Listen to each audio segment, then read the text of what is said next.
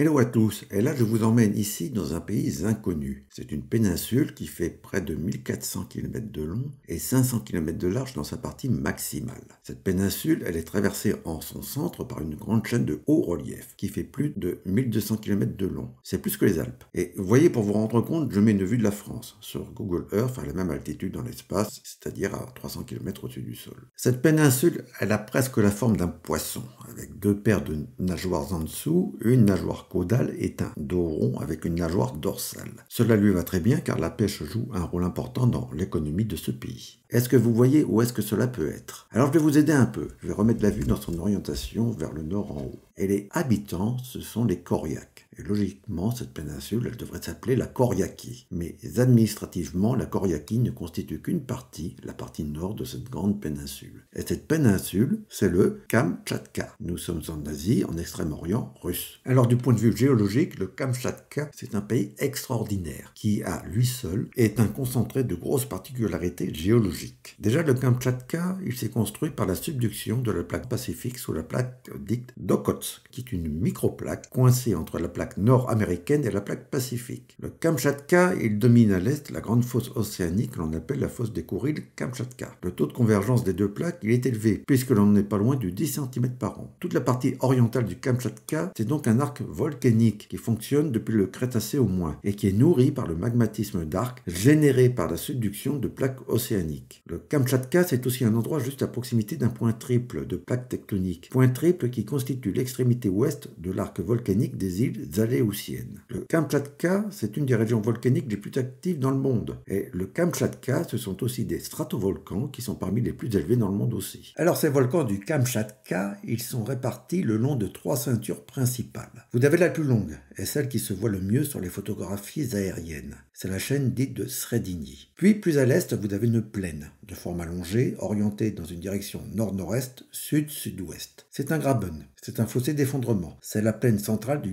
Kamtchatka, ou dépression centrale du Kamtchatka. Et en plein milieu de ce graben, vous avez un gros massif de plusieurs volcans imposants. Et cette zone volcanique, c'est le groupe volcanique du Kliuchevskoï, qui est le nom du plus gros stratovolcan de ce groupe de volcans. Et juste à côté de ce groupe volcanique, et toujours dans cette dépression centrale du Kamtchatka, vous avez un gros stratovolcan important, c'est le Chiveluch, et il est actuellement en activité et sous surveillance. Et enfin, troisième et dernière ceinture volcanique, c'est celle qui est la plus à l'est. C'est la chaîne orientale, avec là aussi un certain nombre de volcans actifs. Alors dans la péninsule du Kamtchatka, les volcans, ils sont jeunes, ils sont actifs, ils sont hauts, ils vont donc présenter des instabilités de flanc. Et si on veut étudier des exemples d'effondrement de flanc et d'avalanches de débris, nous en avons deux beaux. C'est le Bezimiany à côté du Kliuchevskoï et c'est le Chiveluch. Alors le premier, le Chiveluch, c'est un débit magmatique moyen d'environ 40 mégatonnes par an, soit près de 15 millions de mètres cubes par an. Cela en fait un des plus prolifiques au monde et c'est une emprise de 50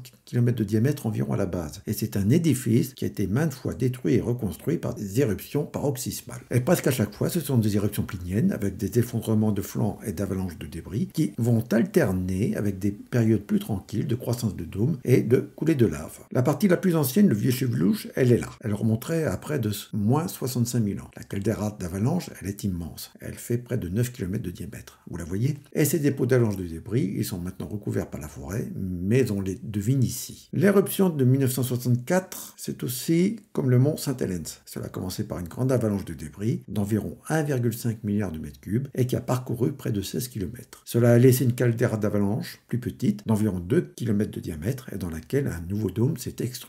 Vous avez ici une très belle synthèse de l'activité volcanique historique du Chiveluch et qui a été faite par les géologues russes. Et c'est très répétitif comme histoire. On va y retrouver des dépôts d'avalanche de débris ou de glissements de terrain plus petits et qui vont alterner avec des dépôts pyroclastiques, soit des retombées de cendres et de ponces, soit des déferlantes pyroclastiques ou soit des dépôts de coulées pyroclastiques. Alors le Chiveluch, dernièrement, il a connu une grosse éruption le 11 avril 2023 et là aussi c'est une éruption plinienne. Alors maintenant pour le Bezimiany, on se décale juste de 80 km vers le sud. Le Bezimiany, il apparaît plus modeste, car il est chapeauté par ses deux grands frères, avec le Kamen et le Kliuchevskoï. Le Kamen, son altitude, elle n'est pas loin des 4600 mètres. Et le Kliuchevskoï, il dépasse les 4600 mètres d'altitude. Le Kliuchevskoï, pour le moment, il a gardé sa belle forme conique.